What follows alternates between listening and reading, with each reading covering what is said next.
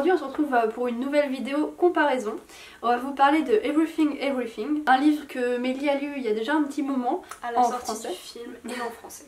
Et moi je l'ai lu en anglais. Et j'ai aussi regardé le film du coup juste après l'avoir lu. Ce que je n'ai pas fait. Elle est un peu réfractaire à cette histoire de regarder des films adaptés de romans. Moi je veux quand même regarder pour voir ce qu'ils en ont fait.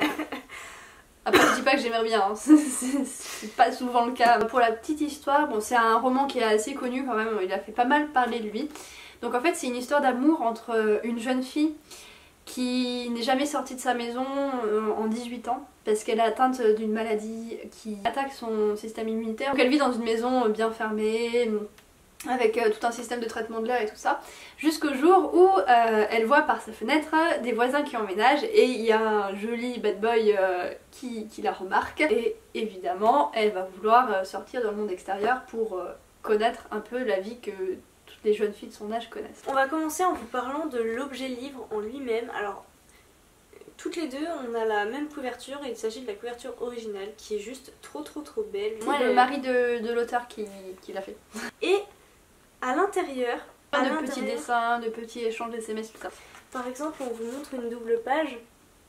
Madeline tient un blog, Madeline échange des mails, Madeline fait des achats sur internet. Il me semble, si je me trompe pas, que l'héroïne tient un journal et qu'en fait elle fait plein de petits dessins dedans.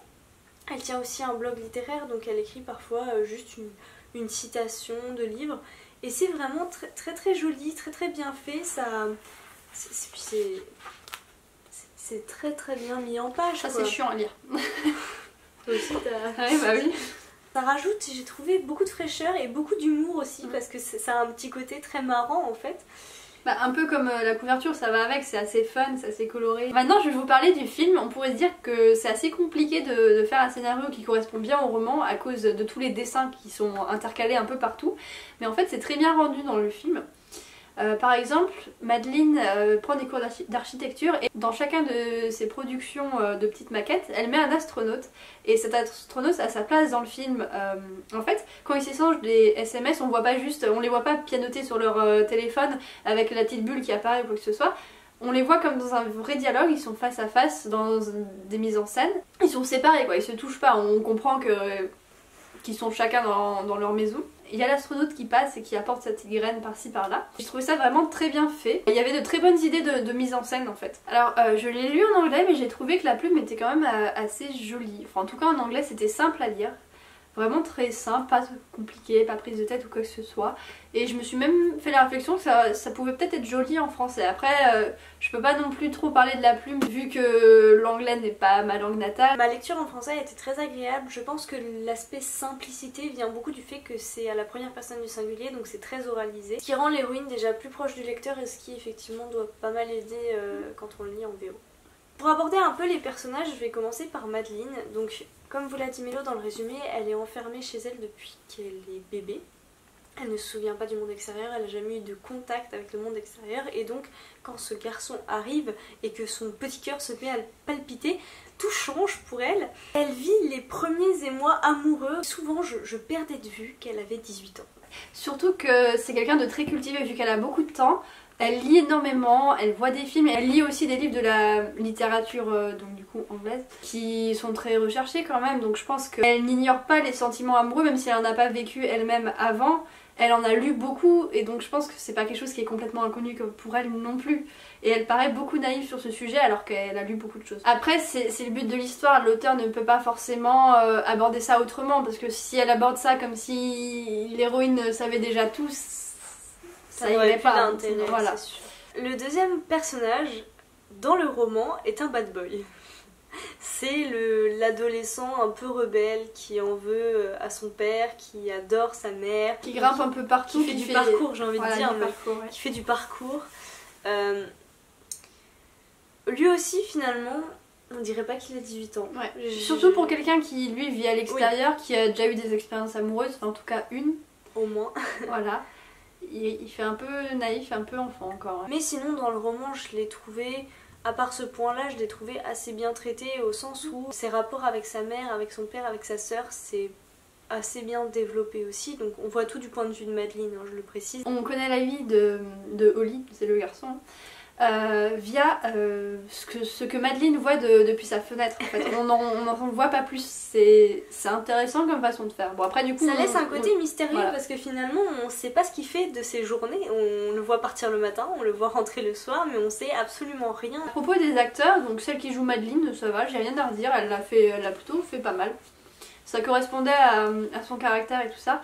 Par contre, l'acteur qui fait Holly, bon, il joue bien, hein, ça va, mais le problème c'est son jeu d'acteur au début, même tout du long en fait. Il a pas quitté l'étoffe du mec amoureux, il fait tout le temps les yeux doux. La première fois qu'il se voit, le regard qu'il lui jette, j'ai trouvé ça un peu trop. Et il sort pas de cette coquille-là. Il n'y a pas la relation conflictuelle entre lui et son père. Il y a plein de petites choses qui manquent, même si le scénario est respecté, le dialogue aussi. Ça correspondait plutôt bien au livre et à l'esprit du livre. Comme vous l'a dit Mélo en parlant de Madeleine, c'est une jeune fille qui lit beaucoup. Et c'est très bien retranscrit pour le lecteur parce que on reconnaît mais plein de références et c'est un plaisir, mais vraiment un plaisir. Alors, vas-y, commence. La première référence, je crois que c'est la première référence, hein. Elle parlait des fleurs pour Algernon, je sais pas comment vous le dites, moi je le dis Algernon. Enfin bref. Et je trouve ça vraiment génial parce que ce livre, je l'ai adoré. Moi Toi aussi. Pareil, elle parle de orgueil et préjugés. Enfin, c'est Holly d'abord qui commence par Monsieur Darcy, mais voilà, encore une fois, c'est un livre on a beaucoup aimé toutes les deux, donc c'était super sympa. Ouais. Elle parle de films aussi. Et de musique, notamment moi j'ai retenu Take a Chance on Me de ABBA. J'adore retrouver des références que je connais. Dans les livres, c'est plus facile quand je les connais. De voir ces petits clins d'œil, ça fait toujours plaisir. Et puis ça fait plaisir d'avoir un personnage qui lit en fait, parce que c'est pas souvent le cas dans les livres. En général, ils sont tellement happés par un destin, une quête, qu'il n'y a pas ce côté-là. En même temps, en fantasy. En ce qui concerne la romance, qui est quand même le thème principal de ce roman, je l'ai trouvée bien faite, je l'ai trouvée mignonne. C'est pas too much, c'est comme Madeleine découvre les choses, bon, enfin, voilà, ça a un petit côté nouveau, on va dire. Mais par contre, je pense que c'est dû au fait que le roman est très court. Il y a peu de développement. Ça va un peu vite de mon point de vue. Moi je suis pas tout à fait d'accord parce qu'en fait ça serait allé plus lentement, je me serais ennuyée. Ça aurait été trop... Que là ça allait, c'était bien pesé. Et dans le même genre, dans les trucs qui vont trop vite, je mets la fin. Le dénouement de ce roman, je l'ai trouvé très très bien fait et en plus très très bien amené, ce qui est pas toujours le cas, et surtout différent de ce à quoi je m'attendais. J'ai lu il y a quelques années déjà Je veux vivre et La fille qui ne croyait pas au miracle. Et clairement je pensais que ça allait être la même chose, le même genre. Et bon, je m'étais dit bon, tout le monde en parle, c'est que on va tester, voilà. Et j'ai bien fait parce que ça n'a rien à voir et ça c'est super. Par contre, voilà, une fois qu'on a passé le dénouement, tout va un peu trop vite de mon point de vue et c'est un peu trop facile je trouve pour l'héroïne. Voilà. Ouais. Et au niveau de l'héroïne et de ses relations avec les autres personnages, pour moi ils auraient dû évoluer avec cette fin et j'ai l'impression que ça n'a pas été assez marqué en fait. Notamment avec un autre personnage. Je peux pas le dire parce que sinon ça va vous spoiler complètement, mais ses relations auraient dû être un peu noircies. C'est le cas, hein, mais je sens qu'avec l'évolution, avec le temps et tout ça, ça va redevenir comme avant. J'ai pas eu la même sensation que Mélo, j'ai eu vraiment l'impression d'une coupure nette. Mais voilà, dans le roman notamment, il y a certaines informations qui apparaissent un peu facilement, que je me suis demandé mais comment, d'où est-ce que ça sort? Une petite incohérence, imprécision plutôt. C'est l'histoire de la carte bleue. En fait, elle commande une carte bleue sur internet. Et bon, on lui donne, et dans le film, elle dit « Oh, j'aurais jamais pensé que ça aurait été aussi simple », et pouf, elle utilise plein d'argent pour acheter un voyage, des billets d'avion et tout ça.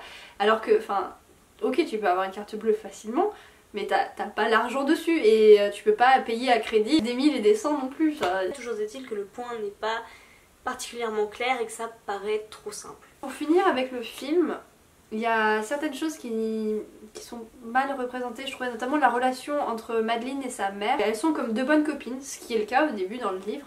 Mais à un moment donné, sa mère découvre quelque chose et elle en veut à Madeleine et elle la punit. Alors que dans le film, la mère de Madeleine découvre cette chose qui l'a fait s'énerver. Elle discute comme des copines avec sa fille. Donc on a l'impression qu'elle lui pardonne et que tout va continuer normalement. Alors que juste après, elle l'a punit, c'était un peu bizarre. Et il manque aussi donc du coup la situation avec le père et la mère d'Holly. Il n'y a pas cette dimension là alors que c'est quand même assez important j'ai trouvé. Ça joue beaucoup sur le caractère de Holly dans le livre, sur ses états d'âme et donc forcément sur la relation que Madeline a avec lui. Ouais. Après sur les décors c'était vraiment magnifique, j'en ai pris plein les yeux avec la mer etc, les poissons tout ça, ça c'était très beau. La maison aussi, la maison de Madeline est juste magnifique. Elle est super bien décorée, très moderne et tout, c'est vraiment très très beau. Et par contre, il y a une chose qui a beaucoup d'importance dans la maison de Madeline, c'est l'espace avec la baie vitrée où il y a des fausses plantes pour qu'elle se croie comme si elle était dehors. Alors que dans le film, il y a un petit peu de plantes vertes et tout ça, mais c'est pas autant. Et ouais, j'ai l'impression qu'on n'a pas trop appuyé ce point-là. Bon après, je chipote. Hein. Par contre, dans le film, ce qui est très bien, c'est qu'ils ont ajouté un petit passage. C'était vraiment très très mignon avec justement cette baie vitrée. Qu'il n'y a pas dans le livre et qui est vraiment très très mignonne, donc je suis contente qu'ils aient un peu pris un chemin un peu différent. Ils ont quand même très bien respecté le livre, même s'ils ont pris quelques petites libertés, mais bon après c'est un film et là j'ai trouvé ça, ça allait. Après, je vous conseille pas forcément de lire le livre et de voir le film, l'un ou l'autre peuvent suffire parce que sinon on risque de s'ennuyer dans l'un ou dans l'autre vu que bah, on sait exactement ce qui va venir après vu que c'est quasiment exactement la même chose.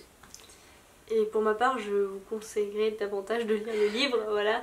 Le film ne m'a vraiment pas fait envie, rien que la bande-annonce en fait, ça m'a... Je me suis juste dit que je voulais pas aller voir ça et que j'allais avoir une mauvaise impression alors que ma lecture, ça a vraiment été pour moi quelque chose de tout doux, oui. Tout chaud, un truc qui... Je sais pas, c'est tellement plein de mignonitude. Voilà pourquoi je vous conseille de le lire plutôt que de voir le film. Sur ce, on a fini cette vidéo. N'hésitez pas à nous parler de votre expérience dans les commentaires. Parce que je pense que de nombreuses personnes l'ont lu. On vous souhaite de très belles lectures et on se retrouve la semaine prochaine pour une nouvelle vidéo.